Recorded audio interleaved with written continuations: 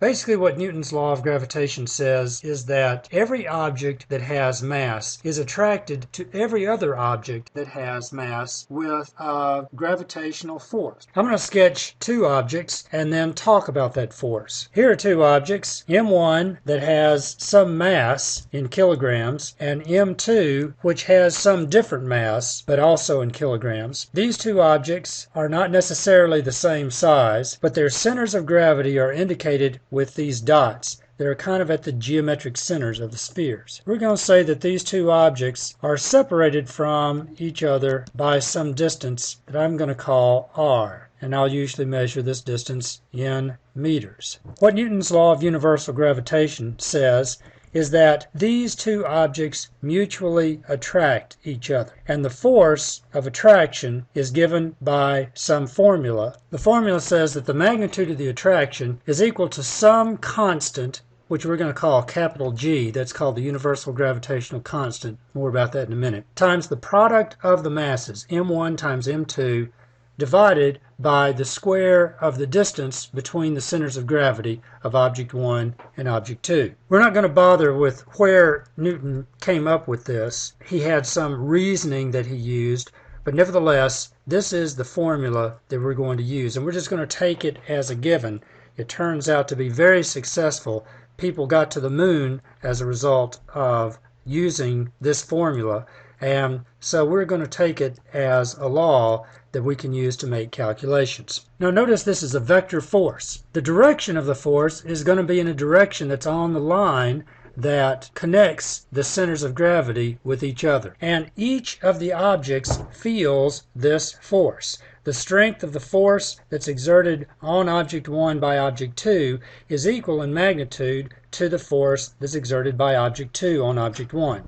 Here's how we'll indicate that with a vector. We're going to say that the force that object 1 feels due to object 2 is given by an arrow that looks like that. And this F with a subscript 1, 2 means the force on object 1 due to object 2. Likewise, there's a force that's experienced by object 2 due to object 1. It's going to be along that same line.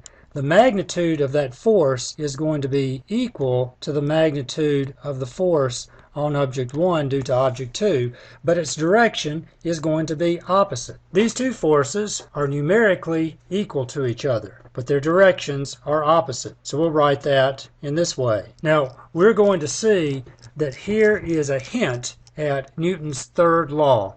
Basically what it says is the force that object 1 experiences due to object 2 is going to be equal in magnitude and opposite in direction to the force that object 2 feels as a result of object 1. Those two forces are equal in magnitude, they're opposite in directions. We're going to call these action and reaction pairs. We'll have a lot more to say about action and reaction pairs in the coming days. Now what about this constant capital G? That's going to be a fundamental constant. It's going to be a number that's going to be the same number in every problem that we use that involves Newton's law of universal gravitation. Here's what it is. G is equal to 6.67 times 10 to the minus 11th Newton meters squared per kilogram squared. And in a moment I'll point out to you the fact that this is found on a fundamental constant sheet that you're going to receive on the AP exam. It's a number that will appear on the multiple choice section as well as on the free response section. But it's a good friend to have, and it's one that you'll probably end up memorizing as a result of doing all these problems. You'll use it enough that it'll be a number that just comes to your mind, just like the acceleration due to gravity is 10 meters per second squared. In fact, there's a relationship between capital G and little g, the acceleration due to gravity. Let's see what that relationship is. So I'm going to scroll down a little bit. Let's remember that this G stands for 10 roughly meters per second squared. And we say that I have a weight that I can calculate if I know what my mass is. And my mass is some number that I would feed in to the weight formula. We say that this weight is a force that the Earth exerts on me as a result of my mass and its mass. Well now, if the Earth is an object that has mass, and I am an object that has mass, and I'm standing on the Earth's surface, then there must be some attraction between my center of gravity and the Earth's center of gravity. That's a gravitational attraction, and we're saying the weight is that gravitational attraction. So let's call me object 1. This is the mass of Haynes here. And let's call the Earth object 2, and we'll say that the mass of the Earth is concentrated there at the center of the Earth. Now, there's some distance between me and the Earth. All right, now the Earth is huge. Its radius is several thousand kilometers. In fact, its radius is going to be some number that we're going to need in a moment. In fact, if you look on Roman numeral page 17 of your textbook, you're going to see that there's a table there that says planetary data, and the radius of the Earth there is given as 6.37 times 10 to the 6 meters. That's roughly 6,370 kilometers. My center of gravity is located about a meter off the ground, and what I claim is that that meter off the ground that separates my center of gravity from the ground is essentially negligible compared to this 6 million meters between the center of the Earth and the surface of the ground. So that I'm going to say that the distance between me and my center of gravity and the Earth's center of gravity is essentially equal to the radius of the Earth. On that same page, Roman numeral 17, you're going to see that there is a number for the mass of the Earth. And that number turns out to be 5.98 times 10 to the 24 kilograms. My mass is roughly 75 kilograms, but we're going to see in a moment that that number is actually going to fall out when I do some math here. Now, what are we trying to do? What we're trying to do is we're trying to see what is the relationship between this little g, the acceleration due to gravity, and universal gravitational force that Newton gave us. What I claim is this weight is that gravitational force.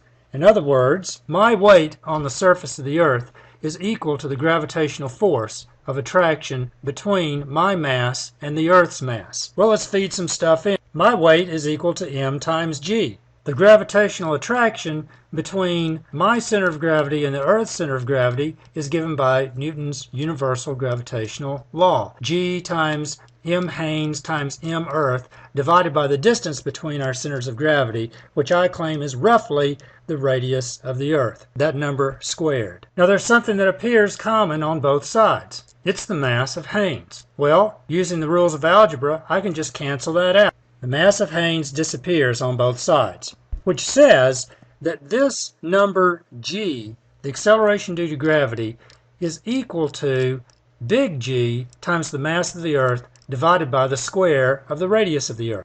In other words, the local acceleration due to gravity at the surface of this celestial object is equal to this capital G times the mass of the object divided by the radius of the object squared. Let's put in the numbers that we know, and let's see what number that comes out to be. So big G is 6.67 times 10 to the minus 11 Newton meters squared per kilogram.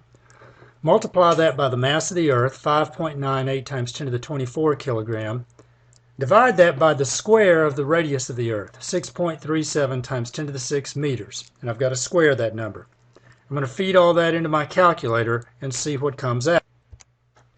When the smoke clears, my calculator says I get 9.83 roughly meters per second squared. 9.8 meters per second squared. That's almost equal to 10. That's the number we've been using. And in fact, that 10 meters per second squared is going to be the number that I encourage you to use on all your weight problems. Now you see where that number comes from. It comes from physical data with respect to the Earth and Newton's law of universal gravitation. You want to figure out what's the acceleration due to gravity on the surface of the moon? You play the same game. Put in G, put the mass of the moon in, put the square of the radius of the moon in, put the numbers together, you're going to get some number. What's the acceleration due to gravity at the surface of Jupiter?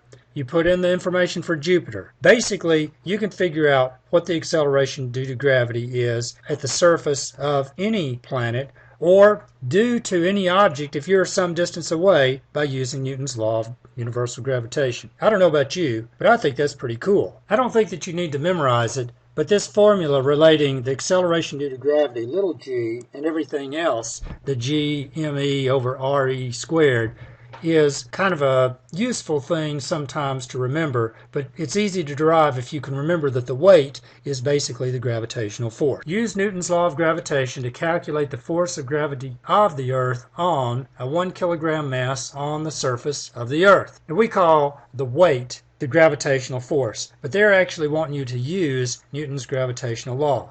We know that the weight is going to be about 10 newtons because we know Fw is equal to m times g. 1 kilogram times 10 meters per second squared is going to be 10 newtons. But let's do it their way. Here's the Earth with its radius and mass. There's the 1 kilogram object that's on the surface of the Earth, and its center of gravity is essentially located a distance of the radius of the Earth away from the center of gravity of the Earth. So let's use our formula. Notice that I'm putting the radius of the Earth in because that's the distance between the centers of gravity of the two objects. There are the numbers, and now I want to calculate what that gravitational force is. So I feed the numbers into my calculator and I get some result. Lo and behold, 9.83 newtons, which is roughly equal to 10 newtons.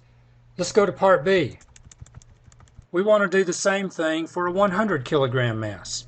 We have a similar picture. So I'll approach it in a similar way. Use the formula, but I'm going to put 100 kilograms in for the 100 kilogram mass. So there it is with the numbers inserted, and now I'm going to put that into my calculator and get some result. I get 983 newtons, which is roughly 1,000 newtons, which I would have gotten with the regular weight formula. And just for kicks, I've written the weight formula down with its result, and we'll see that these two results, the 983 newtons and the 1,000 newtons, mean the same thing. All right, part C talks about the gravitational attraction between a 1 kilogram mass that's in orbit 250 kilometers above the surface of the Earth. This one is a little bit more tricky, and I don't like your textbook's diagram of this, so I'm going to draw it a little bit more carefully. Here's a diagram of the Earth that I've sketched a little bit bigger, and let's make an assumption here, which is not unreasonable, which is that this orbit is circular. The orbit is 250 kilometers above the surface of the Earth. Now the radius of the Earth is 6,370 kilometers, roughly 6,400 kilometers. How high in this diagram above the surface of the Earth is the satellite? What I claim is that if you take the distance that the object is above the Earth's surface, 250 kilometers above the Earth's surface, and divide that by the radius of the Earth, what you're going to get is 0.04. In other words, the distance the object is above the surface of the Earth is roughly about 4% of the radius of the Earth. In other words, this object is about 4% above the Earth's surface. If it were in orbit around the Earth, in a circular orbit, it's not going to be very high above the Earth's surface. I'm going to call this distance between the surface of the Earth and the satellite that's in question, the 1 kilogram satellite, I'm going to call it h. And I'm going to call the distance between the centers of gravity of the Earth and the satellite the radius of the Earth plus this distance h. And that's the number that I've got to feed into Newton's law of gravitation. Now, hang with me on this. There's a point that I want to make, and it's a point that we'll come back to when we deal with orbits. The distance I'm going to feed in for the distance between the center of gravity and the Earth is going to be the sum of those two distances, which is roughly 6,370 kilometers plus 250 kilometers. And when I add those two numbers together, I get a result, which is 6,620 kilometers. But I need that in terms of meters. And a kilometer is equal to 1,000 meters. So I'm going to end up with the number that I put into Newton's law of gravitation as 6.62 times 10 to the 6 meters. So let's feed that into our formula. There's the formula, but now the distance I'm going to put in is the distance between the centers of gravity of the satellite and the Earth, which is not the radius of the Earth, it's the radius of the Earth plus that little height that the satellite is above the Earth. All right? So there are the numbers, and when I put that into my calculator, I get some result. I get 9.1 newtons. What? This object that's in orbit above the surface of the Earth has a gravitational force of 9.1 newtons, while on the surface of the Earth it has a gravitational force of 9.8 newtons? Mr. Haynes, I thought that things in orbit are weightless. Ha! That's a tricky term, weightless. They aren't weightless. They still have weight. This gravitational attraction between the object in orbit, this 1 kilogram mass that's in orbit, 250 kilometers above the surface of the Earth, in the space shuttle, roughly, if you want to think of it in that way, still experiences a gravitational force that's nearly as big as it is on the surface of the Earth. Something else must be going on that causes it to appear weightless. And that something else is going to be the subject of another lesson. I'll give you a hint, though. The object is not experiencing zero acceleration. It's experiencing free fall acceleration at the height that it is, and everything else around it is also experiencing acceleration at the same rate. It is falling around the Earth, and that's what gives it this appearance of weightlessness. More about that another time. So, what we've seen is that there's a universal gravitational force. We've seen what the formula is. We've computed some numerical examples, and now we're ready to go on to other things.